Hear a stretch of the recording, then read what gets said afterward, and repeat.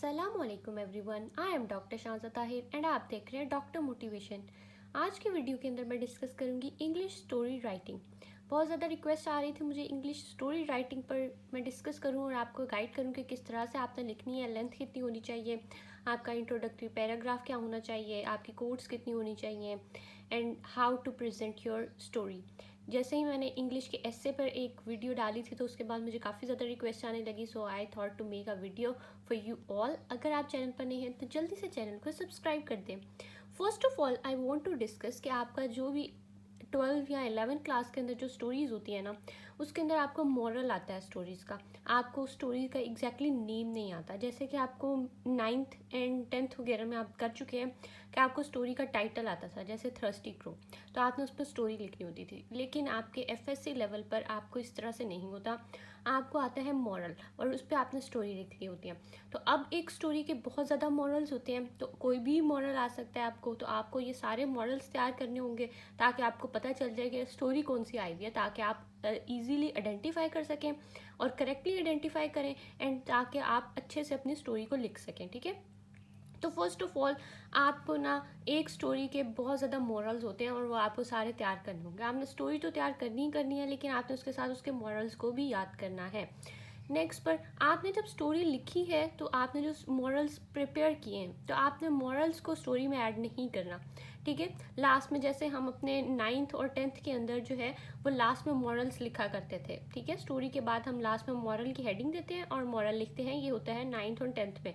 लेकिन आपके FSC level पर यानी आपके इंटरमीडिएट के लेवल पर आपने मॉरल की हेडिंग नहीं देनी और ना ही आपने मॉरल्स को ऐड करना है। अब मैंने आपको एग्जाम्पल के तौर पर कुछ मॉरल्स लिखे हैं, मैं आपको दिखा देती हूँ। जैसे कि God help those who help themselves. ठीक है, necessity is the mother of invention, try again, if we have willingness and determination anything can be achieved. ठीक है, तो ये सारे मॉरल्स जो हमारे पास हैं इस टाइम, ये सारे के सारे मॉरल्स जो हैं ये आपके थर्स्टी क्रो जो है उसमें से है। ठीक है, अब अगर आपको इनमें से कोई भी मॉरल आता है तो आपने थर्स्टी क्रो की आपने लिखनी है स्टोरी को। ठीक है, तो इस तरह से आपने सारी स्टोरीज के जो मॉरल्स हैं उनको अच्छे से प्रिपेयर करना है फर्स्ट ऑफ ऑल, ताकि आप आइडेंटिफाई कर सकें कि बेसिकली स्टोरी आई कौन सी हुई है और आपने लिखनी कौन सी है। ठीक है, नेक्स्ट पर जो मेरे पास सेकंड बहुत इंपॉर्टेंट पॉइंट है दैट इज़ कि आपके पेज की लेंथ कितनी होनी चाहिए स्टोरीज़ के लिए। मुझे बहुत ज़्यादा पेजेस की लेंथ के पूछा जा रहा था, तो मिनिमम आपके 2 पेजेस होने चाहिए, यानी 2 साइड्स होनी चाहिए। अब मैं आपको दिखाती हूँ कि 2 साइड्स कैसी 2 साइड्स होनी चाहिए। ये एक साइड है आपकी और ये वाली आपकी दूसरी साइड होनी चाहिए। ठीक है, ये एक साइड एंड ये आपके पेज की दूसरी साइड। इस तरह से आपकी 2 साइड्स जो हैं वो आपके पेज की कवर होनी चाहिए फॉर योर स्टोरी। ठीक है, ये आपकी होनी चाहिए स्टोरी की लेंथ मिनिमम 2 पेजेस, या आप 2.5 तक उसको लेके जा सकते हैं, that is more than enough. तो आपका अगर 10 मार्क्स का स्टोरीज होता है तो वो आपको 8-9 जो है ना मार्क्स वो मिल जाते हैं इस तरह से। अगर आपकी ग्रामर साइड ठीक है, आपकी प्रेजेंटेशन बहुत अच्छी है और जितनी मैं आपको गाइडलाइंस दूंगी अगर आप उसको फॉलो करते हैं तो इंशाल्लाह आपके मैक्सिमम मार्क्स आ जाएंगे स्टोरीज़ के अंदर। थर्ड जो मेरे पास इंपॉर्टेंट पॉइंट है, बार बार पूछा जाता है कि हमें अपनी स्टोरीज़ के अंदर कोट्स को ऐड करना चाहिए या नहीं करना चाहिए। तो मैंने यहाँ पर एक टिक का मार्क आपके लिए शो किया हुआ है, दैट इज़ रिप्रेजेंटिंग कि आपको स्टोरीज़ में कोट्स को ऐड करना है। एंड नेक्स्ट में मैं आपको दिखाऊंगी भी कि आपको किस तरह की कोट्स को ऐड करना है, क्योंकि आपको अब नहीं पता कि आपके किस तरह की कोट्स को ऐड करना है। आपने रेलिवेंट जो होती हैं वो कोड्स ऐड करनी है, इररेलेवेंट डाटा कभी भी ऐड नहीं करना, वो आपके उल्टा मार्क्स कटवा देगा। ठीक है, तो आपने इररेलेवेंट डाटा को कभी भी ऐड नहीं करना। ठीक, फोर्थ जो मेरे पास बहुत इंपॉर्टेंट पॉइंट है कि हमने अपनी स्टोरी को स्टार्ट किस तरह से करना है, क्योंकि हमारी जो अब थर्स्टी क्रो की स्टोरी है आप उसको कितना लंबा करेंगे, मैक्सिमम लंबा करेंगे 1 पेज हो जाएगा, 1.5 हो जाएगा, वो कभी भी 2 पेजेस पे नहीं जाता।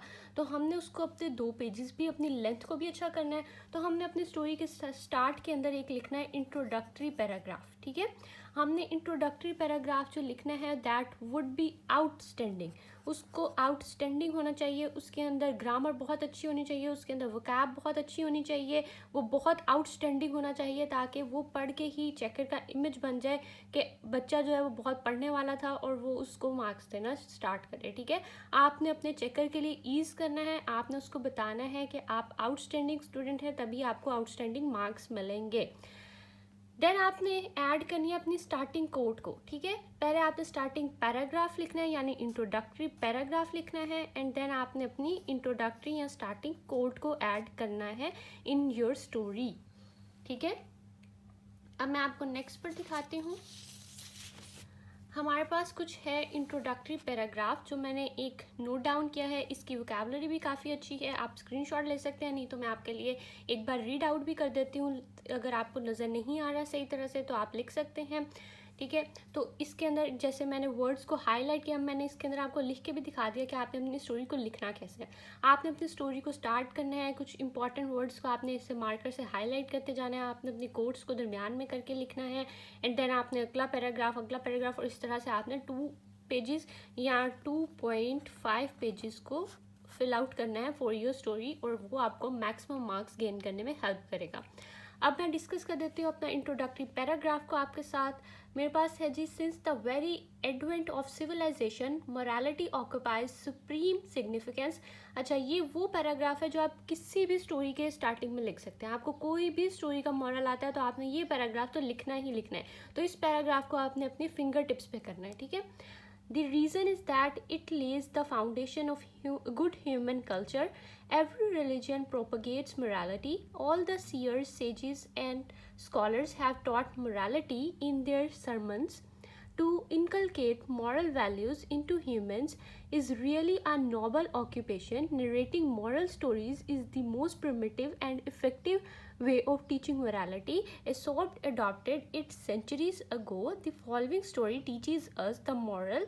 अब आपको जो भी मॉरल आया है, जैसे कि मैंने आपको फर्स्ट पे दिखाया कि आपका मॉरल आया है necessity is the mother of invention, तो आपने लिख देना है इसके बाद the moral necessity is the mother of invention, and then आपने इन्वर्टेड कॉमर्स को क्लोज करना है, एंड देन आपने अपनी इंट्रोडक्टरी कोट को लिखना है, एंड देन आपने अपनी स्टोरी को स्टार्ट करना है। That is the introductory paragraph. आप अपने से भी कोई पैराग्राफ ले सकते हैं, लेकिन अगर आपके पास नहीं है तो आप ये पैराग्राफ इस्तेमाल कर सकते हैं। That is one of the best paragraphs, ठीक है।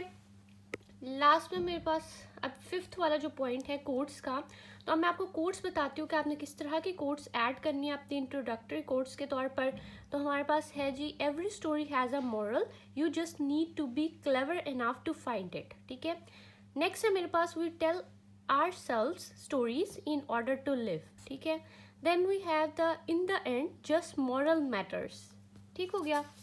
नेक्स्ट पर मेरे पास है 6th वाला पॉइंट कि आपने अपनी स्टोरी को अपने मॉरल के अकॉर्डिंग लिखना है। अब आपने कोई गलत स्टोरी नहीं लिख देनी। अब आपको सारे मॉरल्स आते होंगे तभी आप स्टोरी को अच्छे से लिख सकेंगे, तो आपने सबसे पहले मॉरल्स को बहुत अच्छे से तैयार करना है। 7th पॉइंट जो मेरे पास है कि आपकी स्टोरी जो है वो प्रेजेंटेबल होनी चाहिए। आपने अपनी स्टोरी की हेडिंग्स बहुत अच्छी से उसको ऊपर करके आपने स्टोरी राइटिंग, देन आपने इंट्रोडक्टरी पैराग्राफ, आपने इंपॉर्टेंट पॉइंट्स को इस तरह से हाईलाइट करते जाना है अंदर अपनी स्टोरी में, एंड देन आपने अपने कोट लिखनी है, और आपने फिर डबल लाइंस करनी है अपनी हेडिंग्स के नीचे, एंड आपने इस तरह से अपनी स्टोरी को प्रेजेंटेबल करके आना है। जो 8th पॉइंट है मेरे पास वो आपका ये है कि आपने अपनी हेडिंग्स के नीचे डबल लाइन करनी है, और ये आपने तब करनी है जब आपका सारा पेपर कंप्लीट हो गया है। अगर आपका पेपर कंप्लीट नहीं होता तो फिर आपको ये डबल लाइन करने की ज़रूरत नहीं है, लेकिन अगर आपके पास लास्ट 5-10 मिनट बढ़ जाते हैं तो तब आपने अपने पेपर को प्रेजेंटेबल और खूबसूरत बनाने की ट्राई करनी है। That is all from my side. मैंने स्टोरी के ऊपर बना दी है। अब मेरे पास लेटर की भी रिक्वेस्ट आई हुई थी, तो next video would be on the letter कि आपको लेटर किस तरह से लिखना है, लेंथ क्या होगी। That is all from my side. Thank you so much.